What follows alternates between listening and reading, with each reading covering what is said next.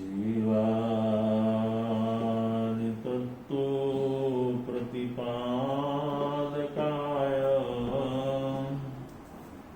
सम्यक् मुख्याष्टगुणार्णवाय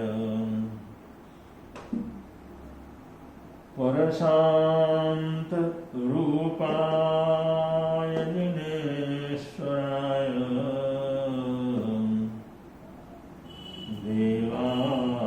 देवादिदेवाय नमो जिनाय देवादिदेवाय नमो जिनाय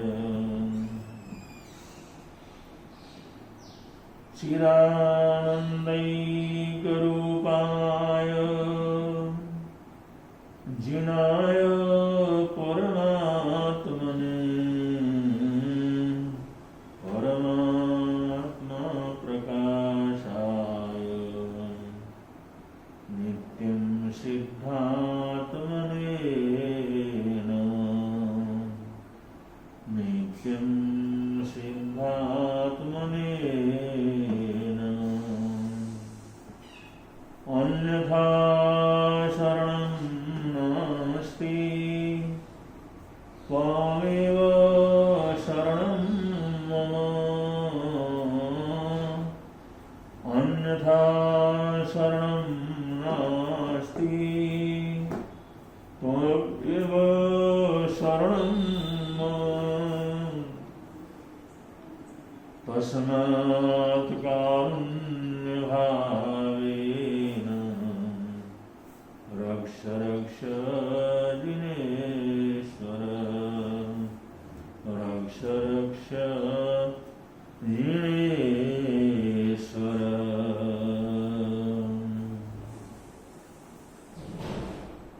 एकेन अणिगायीं त्वयां जोपसरयो सम्मतम्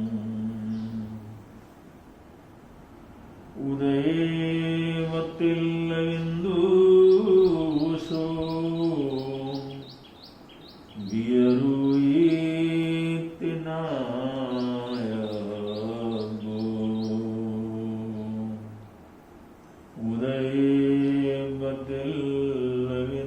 उदयेवतिल्लविन्दुषो वियरूयेति नायगो।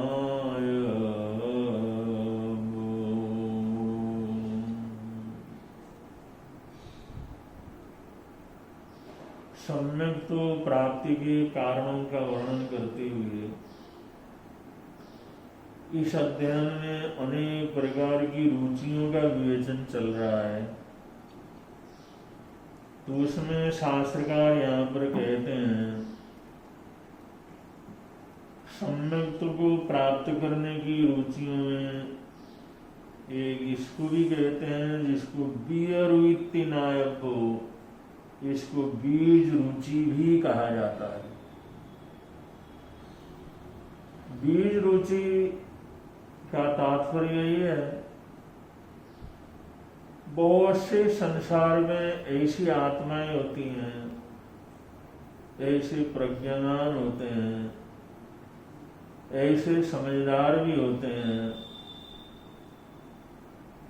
लेकिन उन्हें कभी सम्यक दर्शन की प्राप्ति नहीं होती, क्योंकि सम्यक दर्शन के लिए कुछ न कुछ योग संयोग और कर्मों का क्षयोपशम होना बहुत जरूरी है। पुण्यानुबंधी पुण्य का योग होना बहुत जरूरी है। तो बहुत से ऐसे लोग हैं जो समझदार तो हैं, बुद्धिमान तो हैं, गहराई से सोचने वाले भी हैं, लेकिन उन्हें अभी मिथ्यात्व के अंतर्गत है। अगर ऐसे लोगों को कोई जो है सत्य का एक प्रकाश, सत्य की एक किरण, सत्य की एक झलक, सर्वथा सत्य की एक कोई दिल को छूने वाली बात अगर कहीं से उनको उपलब्ध होती है, चाहे वो किसी सूत्र से प्राप्त हो, शास्त्र से प्राप्त हो, गुरुओं के मुखारविंद से प्राप्त हो, किसी पंडित के मुख से प्राप्त हो, विद्वान के मुख से प्राप्त हो, एक लाइन, एक सूत्र, एक शब्द, एक प्रकरण अगर उन्हें प्राप्त हुआ तो उसके ऊपर चिंतन करते करते, उसके ऊपर विचार करते करते, उसके ऊपर गहराई में उतरते उतरते वो संपूर्ण जो सच्चाई अच्छाई को जो समझते हुए वो संसार सागर को इधर से उधर पलटते हुए वो सम्यक दर्शन तक पहुंच जाते हैं, सत्य की पकड़ तक कर लेते हैं, संसार की यथार्थ तक पहुंच जाते हैं और उस समुद्र की तल पर जाकर के सच्चाई क्या है, रत्न क्या है, वो मूल्यवान रत्न वो समुद्र की तलहटी के अंदर जो पड़े हुए हैं उनको उठा करके लाने जैसे ही ऐसे संसार सागर के अंदर जो सम्यक्तों के रत्न बड़ी गहराई के अंदर पड़े हुए हैं, उस गहराई के अंदर जाकर के रत्नों को लेकर के आते हैं और वो अपनी आत्मा की समृद्धि को बढ़ाने वाले होते हैं।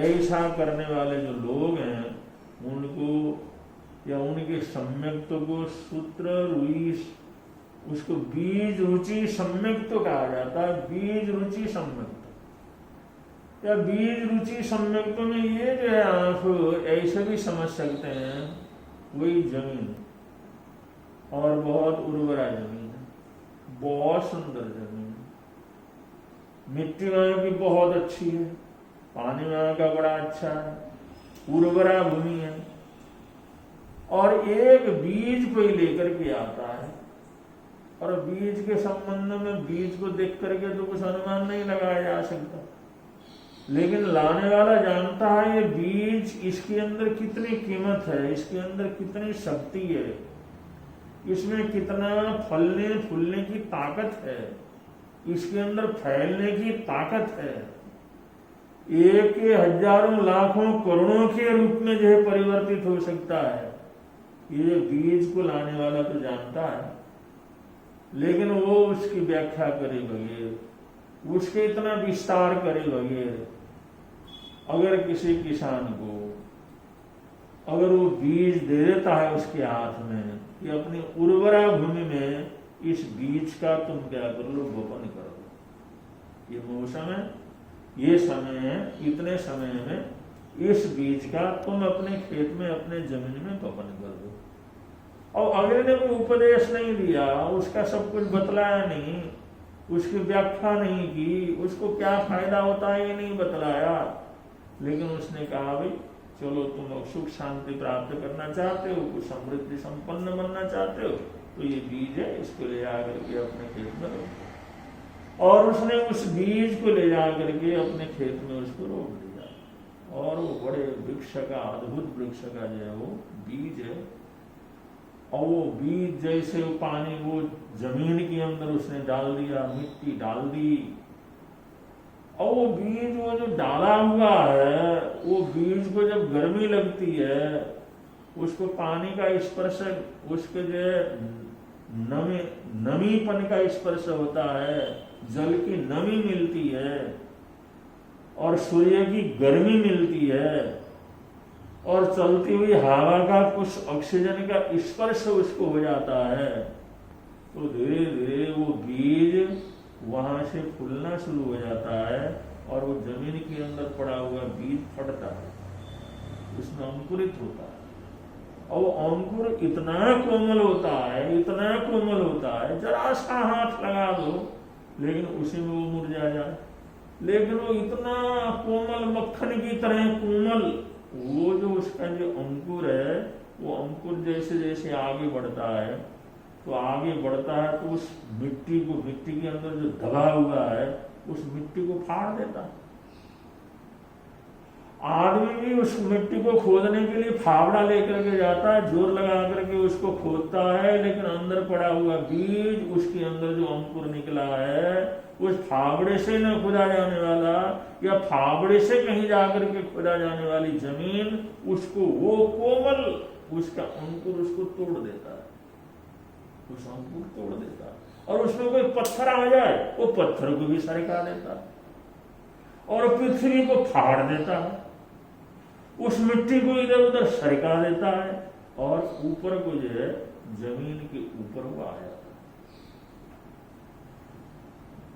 और उसके शरीर को देखो, उसकी कोमलता इतनी है, उसकी नाजुकता इतनी है, वो इतना नाजुक जो है वो जो है वो बीज का स्वरूप है, लेकिन ताकत कितनी है, बल कितना है। पृथ्वी को फाड़ डाला, पत्थरों को इधर उधर सरका दिया और जो पृथ्वी को फाड़ करके मिट्टी को इधर उधर सरका करके ऊपर क्या करके आ गया। सूर्य के दर्शन किए, सारा वातावरण मिला और धीरे धीरे वो बढ़ना शुरू हो गया। पहले एक पत्ता था, फिर 2 पत्ते हो गए, फिर बढ़ता चला गया, फिर पौधा सा हो गया, फिर उसके अंदर पत्ते बढ़ते चले गए, पत्ते बढ़ते चले गए तो उसमें से छोटी छोटी शाखाएं पैदा हो गई, फिर शाखाएं आगे बढ़ती चली गई, फिर जो उसकी धीरे धीरे परशाखाएं बढ़ने चली, फिर परशाखाएं बढ़ते बढ़ते फिर वो भी बढ़ता चला गया, शाखाएं भी बढ़ती चली गई, परशाखाएं बढ़ती चली गई, उपशाखाएं बढ़ती चली गई, फिर छोटे छोटे शाखाएं हो गई और इतना होते होते वो भी एक बीज था वो वृक्ष के रूप में तैयार क्या कर गया। और वो वृक्ष में तरह तक कुछ वर्ष हो गया, वृक्ष का रूप उसने ले लिया। तो इतनी लंबी चौड़ी जमीन के ऊपर छतरी की तरह इतना फैल गया, इतना हरा भरा हो गया। उसमें जो अंकुर लगे, पत्ते लगे, फिर पत्तों के बाद उसमें अंकुर लगा, फिर अंकुर जाकर के आगे फूल के रूप में परिवर्तित हुआ, फिर फूल के पकने के बाद उसमें फल शुरू हो गया। वो फल शुरू हो गया, पत्ते, अंकुर, फूल, फल, इससे लदा पड़ा है वो सारा वृक्ष। कोई उसका सुगंध ले रहा है, कोई उसके फूल का आनंद ले रहा है, कोई उसके फल का आनंद ले रहा है, कोई वहां पर रुकने का आनंद ले रहा है, कोई घोंसला बनाने का आनंद ले रहा है, कोई उसकी छाया में बैठने का आनंद ले रहा है। वो छोटा सा वृक्ष, वो जो बीज था, वो बीज बढ़ करके विराट वृक्ष का रूप उसने धारण कर लिया। जो कीड़ी के पेड़ को भी नहीं भर सकता था, इतना छोटा वो जो बीज का दाना आज हजारों लोगों के भूख को मिटाने के काबिल हो गया, पक्षियों के भूख को निपटाने के काबिल हो गया। तो ये बीज बढ़ करके फैलते फैलते वो एकदम फलदार, अपरंपार, सुख समृद्धि संपन्न वो पेड़ के रूप में परिवर्तित हो गया, वृक्ष के रूप में परिवर्तित हो गया, महावट के रूप में परिवर्तित हो गया। तो ऐसे कोई एक वाक्य, कोई एक सूत्र, कोई एक संदेश किसी महापुरुष से सुना या किसी ग्रंथ के अंदर पढ़ा, बस उसके अंदर फिर वो बीज की तरह वो उसके अंदर बढ़ता चला गया, उसके अंदर शक्ति पैदा होती चली गई, रुकावट दूर करता चला गया और आगे जाकर के बड़ा भारी वट वृक्ष का रूप, एक बड़े भारी के फलदार वृक्ष का रूप वो ले लिया। उसके अंदर फल भी है, तरह तरह का स्वाद भी है, उसके अंदर फूल भी है, उसके अंदर सुगंध भी है, उसमें पत्ते भी हैं, उसमें छाया भी है, सब कुछ उसका जो भर गया। ये सब क्या है? बीज रुचि। बीज से जैसे वृक्ष होना है, ऐसे ही कोई कोई आत्मा एक आध शब्द सुन लिया, एक आध संदेश सुन लिया, बस उसी से बढ़ते बढ़ते बढ़ते वो जो है वो धर्म के, आराधना के, साधना के, ज्ञान के, वो जो सम्यक दर्शन के वो बड़ वृक्ष के रूप में तैयार क्या कर जाता है, हो जाता है, या बढ़ता चला जाता है, बढ़ता चला जाता है। और ऐसे बढ़ते बढ़ते वृक्ष वृक्ष हो जाता है। ऐसी जीवन की जो उत्थान है, जीवन की उत्थान की पद्धति है, धर्म ध्यान की पद्धति है, आत्म कल्याण के पथ के ऊपर चलने की ये जो पद्धति है, इसी को बीज रुचि सम्यक तो कह करके पुकारा जाता है। जरा सा बीज के रूप में उसको कुछ मिल गया था, लेकिन बढ़ते बढ़ते अपरंपार वृक्ष का रूप धारण कर लिया और उसके अंदर हजारों लाखों करोड़ों उसके अंदर बीज पैदा हो गए। फिर वो बीज और फैल गए, तो और फैल गए तो उन्होंने उतने ही बीजों को और जो उसी ढंग से फैलाया। ये एक एक साल में लाखों गुने जो है उसकी प्रवृत्ति बढ़ती चली जाती है। ऐसे ही जो है बढ़ना, ऐसे ही धर्म ध्यान में, साधना में, आराधना में, ज्ञान में, तत्व दर्शन में, संसार को समझने में वैराग्य भावना में, आत्मा के उत्थान में इस तरह से जो बीज से वृक्ष होना, ऐसे बढ़ने की जो वृत्ति है उसको बीज रुचि सम्यक्तो कह करके पुकारा जाता है। तो बहुत से लोग, बहुत से साधु साधु श्राविकाएं बस एक बार टच हो गया, एक बार देख लिया, एक बार सुन लिया और एक बार संपर्क में आ गए और धीरे धीरे वो बीज के रूप में उसके जीवन के अंदर बढ़ता चला गया और वृक्ष का, धर्म का वृक्ष जो बन गया।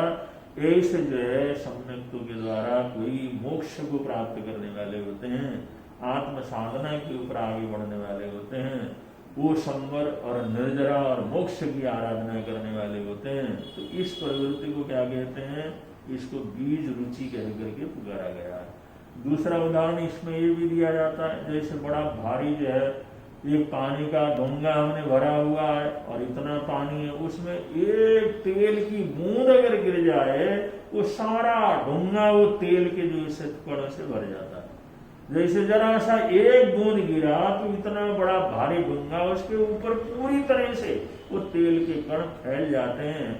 ऐसे जीवन के अंदर थोड़ा सा भी अगर संदेश मिला, थोड़ा सा संसार मिला, थोड़ा सा सम्यक्तियों का आधार उसको मिला, सहयोग वगैरह मिला, उनकी प्रेरणा मिली, तो जैसे पानी के ऊपर तेल फैल जाता है ऐसे ही उसके जीवन के अंदर तत्व ज्ञान का फैल जाना, तत्व ज्ञान की वृद्धि होना, वो जो अच्छाई उसके जीवन के अंदर बढ़ते चले जाना, इस प्रकार की प्रवृत्ति को भी यहाँ पर बीज रुचि कह करके पुकारा गया है। तो ऐसे जो बहुत से लोग बीज रुचि के माध्यम से, इस प्रवृत्ति से, आत्मा से सम्यक दर्शन, सम्यक ज्ञान और सम्यक चरित्र, सम्यक तप को प्राप्त करके और सारे जो संपूर्ण रूप से संवर और निर्जरा की आराधना करके मोक्ष मार्ग के अधिकारी क्या कर जाते हैं, बन जाते हैं। एक और उदाहरण से आप लोग समझ सकते हैं कि बादशाह जलालुद्दीन जिस समय अपने सैन्य कक्ष में था, उसकी चहती बेगम भी वहीं पर बैठी हुई थी और वो बातचीत कर ही रही थी कि भाई आप जो है राज्य का संचालन कर रहे हैं, सम्राट हैं और इस्लाम को आपने इतना फैलाया है, लेकिन आपने जो है उन्हीं लोगों से बातचीत करते हैं जो हिंदू हैं, काफी हैं, यहाँ के रहने वाले हैं, आपको सब पदों के ऊपर जो है इस्लाम को मानने वाले, अपने धर्म को मानने वाले, जो कुरान को मानने वाले, इस्लाम को मानने वाले, उन लोगों को भर्ती करना चाहिए। और कट्टरपना तो ऐसा ही होता, लेकिन जलालुद्दीन बादशाह था और उसने तो अपनी गद्दी भी बचानी थी, राज्य का विस्तार करना था और वो सुन ही रहा था और उनका भी किसको करना चाहिए, तो उसने अपने भाई का ही उदाहरण दिया। मेरा भाई देखो कितना समझदार है, कितना पढ़ा लिखा है, कितना विद्वान है और कितना होशियार है और कितना कुछ कर सकता है, यहाँ बीरबल जैसे लोगों को रखा हुआ है, मेरे भाई को यहाँ रख लो तो भी जो इस्लाम की भी सेवा होगी और अपने परिवार को समृद्धि मिलेगी और जो एक सम्मान बढ़ेगा। इस तरह से बातचीत कर रहे थे, उतनी देर को एक वो जो आ गया वहां पर, वो उतनी देर को एक आवाज आई, आवाज ऐसी आई, कुछ बाजे वगैरह बजने की आवाज आई। शाम का टाइम था, क्योंकि पहले बहुत देर तक तो बैठते नहीं थे, रात होने के बाद जल्दी सो जाते थे, पक्षी वगैरह तो दिन छुपते ही सो जाते हैं पशु पक्षी। मनुष्य फिर भी तेल वाल का प्रयोग करके कुछ करके थोड़ी देर जागता रहता है, लेकिन आजकल जो बिजली का साधन होने से बहुत देर जगता है, लेकिन पहले तेल का साधन था तो बहुत जल्दी घंटा 2 घंटा अपना किया, निमटे और सो गए, जल्दी सोने की तैयारी कर रहे थे। आवाज आई तो उस जलालुद्दीन ने सोचा भी आज एक काम करना चाहिए। उन्होंने कहा तुम्हारा भाई कहाँ है, और उसको बुलाओ। सूचना दी, वो सामने आ गया, शाम का ही समय था वो।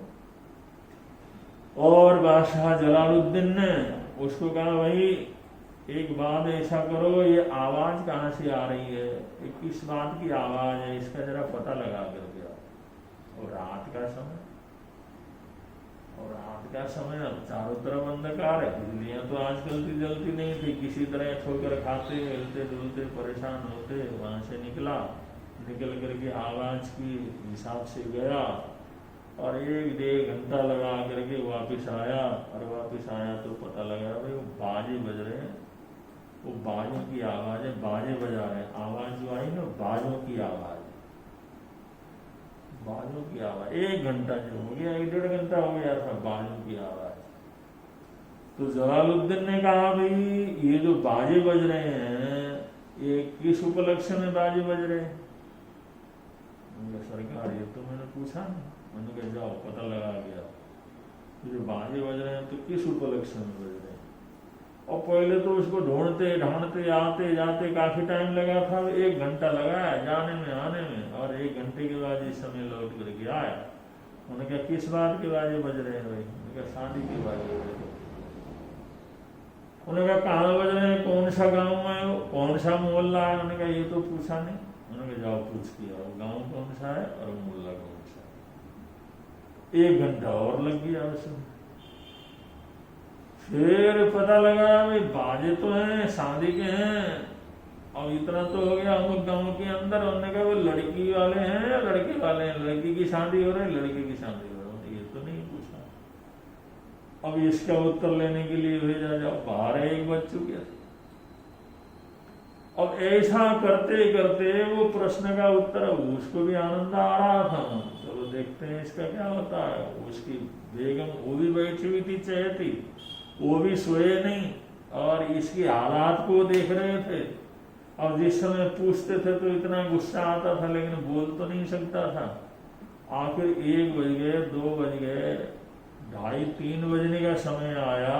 2-4 प्रश्नों का उत्तर लाने में उसको शाम के समय शुरू हुआ था, 3, 3:30, 4 बजे का समय हो गया। और जिस समय ऐसा था, बीरबल का भी वहीं पर उसका महल भी पास ही था, और उसकी आदतें थी उठने के बाद सबसे पहले वो अपना नित्य कर्म करे, या घूमने फिरने के लिए जाए या अपना नित्य कर्म में जाए, उससे पहले बादशाह की सलामी देना था। ये गुलामी लोग तो थे, नौकरी तो थी। और उधर जो अभी रात 1 घंटा, क्योंकि जो वो ये मुल्ला वगैरह बोल लेते हैं, वो बोल लेते हैं, उससे पहले ब्रह्म मुहूर्त में हिंदू लोग तो उठते हैं, अपने जाप पाठ वगैरह सब करते हैं। ब्रह्म मुहूर्त में उठने का तो अपनी परंपरा ही है। और ये जो बांग देते हैं उससे पहले उठ जाते हैं, 2:30-3 बजे तो अपने लोग उठते थे पहले। और उठ करके जिस समय उसने जाकर के जलालुद्दीन बादशाह को सलामी दी, उधर जो उसकी बेगम ने बहुत मुश्किल से कहा था, मैं इसको बहुत परेशान हुआ, चलो अब इसको बार बार क्या जो है चक्कर लगाओगे? तो उसने कहा कोई बात नहीं। उधर से बीरबल आया, तो बादशाह ने पूछा भाई बीरबल ये जो बाजे किस चीज की बज रहे, आवाज किसकी हो रही, इसका जरा पता लगाना था। उन्होंने कहा जी सरकार मैं अभी जाता हूँ। और उसको तो जो उसका जो साला था उसको तो मना कर दिया, चलो ठीक है अब तो जा आराम कर ले, सो जा। और बीरबल जिस समय गया 1-1.5 घंटा लगा उसको भी। अब जाना, पता लगाना, देखना कौन सा गांव है, कहाँ है, किधर से आवाज आ रही है, किधर से। अब पहली दफा पता लगाने में सुबह का समय, और रात को 2:30-3 बजे का 3 बजे का 3:30 बजे का समय, उस जमाने में तो जाने में, पता लगाने में और लौट के आने में उसको लग तो गए, टाइम तो लग गया, 1-1.5 घंटा लग गया। उधर जो बेगम बड़ी खुश प्रसन्न थी, जैसे मेरे इस राजा ने, मेरे पति ने, जैसे मेरे भाई को जो बार बार चक्कर लगवाया, तो ऐसे में बीरबल को भी 50 चक्कर लगवाऊंगी, उसको भी बैठने नहीं दूंगा। उसने कहा प्रश्न मैं पूछूंगी उससे। उन्होंने कहा ठीक है तुम पूछ लेना। और उधर बीरबल 1-1.5 घंटे में लौट करके जिस समय आए, तो आने के बाद उन्होंने पूछा भाई ये बाजे किस बात के? उन्होंने कहा बाजे, ये आवाज किस बात की? उन्होंने कहा बाजों की आवाज। उन्होंने कहा कहाँ है? फलाने गांव के अंदर। किस बात के? शादी के अंदर हो रहा। किसकी शादी है? लड़की की शादी। बारात कहाँ से आ रही है? फलाने जगह से आ रही। कितने बाराती आ रहे हैं? इतने बाराती आ रहे हैं। कौन से कौम में शादी है? फलाने कौम में शादी है। और वो बेगम ने जोर लगा करके 5-7 प्रश्न तो पूछ लिए, लेकिन वो अब आगे उसको कुछ सुझाई नहीं, क्या पूछो? जो भी पूछे उसका उत्तर तैयार, जो भी पूछे उसका उत्तर तैयार। जिस समय उसको अब पूछने के लिए प्रश्न ही नहीं रहा। अब क्या पूछे, 2 बार पूछ लिया, 3 बार पूछ लिया, 4 बार, ये 4-5 बार में तो पहले तो रात खत्म हो गई थी, शाम के सवेरे होने को आ गया था। सारी रात चक्कर लगाया था उसके भाई ने। और वो जितने उसको पूछे थे वो सारे प्रश्न पूछ लिए और 2-3 और भी नए प्रश्न पूछ लिए, लेकिन बीरबल के सामने तो सबका उत्तर था, सबका उसने एक एक करके उत्तर दे दिया। और वो बेचारी हक्की बक्की हो गई, वो क्या पूछे, पूछने के लिए प्रश्न ही नहीं रहा। तो बीरबल कहने लगे, बेगम साहिबा आप निश्चिंत होकर के पूछो, जितने प्रश्न पूछना चाहे पूछो, जितनी जानकारी लेना चाहे ले लो। आपने तो अभी 8-10 ही प्रश्न पूछे हैं, 8-10 ही प्रश्न पूछने में आप थक गए। मैं तो 500 प्रश्नों का, 250 प्रश्नों का उत्तर लेकर के आया हूं। 250 प्रश्न और 250 प्रश्न का उत्तर मेरे पास, 250 प्रश्नों का उत्तर की लिस्ट मेरे पास। आप तो 8-10 पूछ करके आप थक गए। तो जलालुद्दीन ने बेगम की तरफ देखा, माने ये फर्क है तुम्हारे भाई में और बीरबल में, इसलिए मैं कौन को नहीं देखता, जो योग्य है उसको उस पद के ऊपर रखना। यही 4-5 प्रश्न पूछने के लिए, इनका उत्तर देने के लिए तुम्हारा भाई उसने सारी रात है चक्कर लगाया, नींद खराब कर ली, हमारी नींद भी खराब हो गई, वो भी परेशान हो गया, जाते जाते मन मन में गाली देता जाता रहा, फिर भी 4-5 प्रश्नों का बराबर उत्तर नहीं दे सका। और इसको एक ही बार आपने हमने भेजा और तुमने सारी ताकत लगा दी, सारे प्रश्नों का उत्तर दिया, लेकिन अगला कहता मेरे पास 250 प्रश्न के उत्तर है। ये फर्क है, इसलिए मैं इन लोगों को रखता हूं। इन लोगों की वजह से मेरा राज्य फैलता, इन लोगों की वजह से मेरा राज्य सुरक्षित है, इन्हीं लोगों की वजह से मैं राज्य कार्य को आगे बढ़ाता हूं, इसलिए इनको लौटता हूं। यहाँ पर योग्यता की जरूरत होती है, सिर्फ सकल सूरत कर रिश्ते की जरूरत नहीं होती। तो ये बात क्या है, ये बात यहाँ पर हम कह रहे हैं, बीज रुचि। एक बीज डालो और वृक्ष के रूप में तैयार हो। एक प्रश्न पूछा जलालुद्दीन अकबर ने, एक प्रश्न पूछा बादशाह जलालुद्दीन ने बीरबल को, ये प्रश्न पूछा तो वो 250 प्रश्नों का उत्तर लेकर के आया। प्रश्न तो एक ही पूछा, उसने कोई प्लान भी नहीं था, अचानक ही प्रश्न पूछा था। ये प्रश्न पूछा बीरबल को और बीरबल 250 प्रश्न का लिस्ट लेकर के वापिस आ गए। तो वो कितना उसका दिमाग काम करता था, किस तरह से फैला हो, एक प्रश्न के 250 प्रश्न बना दिए और 250 उत्तर उसने तैयार कर लिए। तो इसको कहते हैं बीज रुचि। और बेगम का भाई जलालुद्दीन का साला, उसको 5 प्रश्नों का उत्तर देने में सारी रात गंवानी पड़ी और इतने चक्कर लगाने पड़े, इतना उसका बुरा हाल हो गया, थक करके चूर हो गया। वो सारी रात धक्के खाया, लेकिन 5 प्रश्न का उत्तर बराबर नहीं दे सका। लेकिन ये आदमी एक प्रश्न पूछा था, 250 प्रश्न का उत्तर लेकर के आया। तो ये इसको कहते हैं बीज रुचि।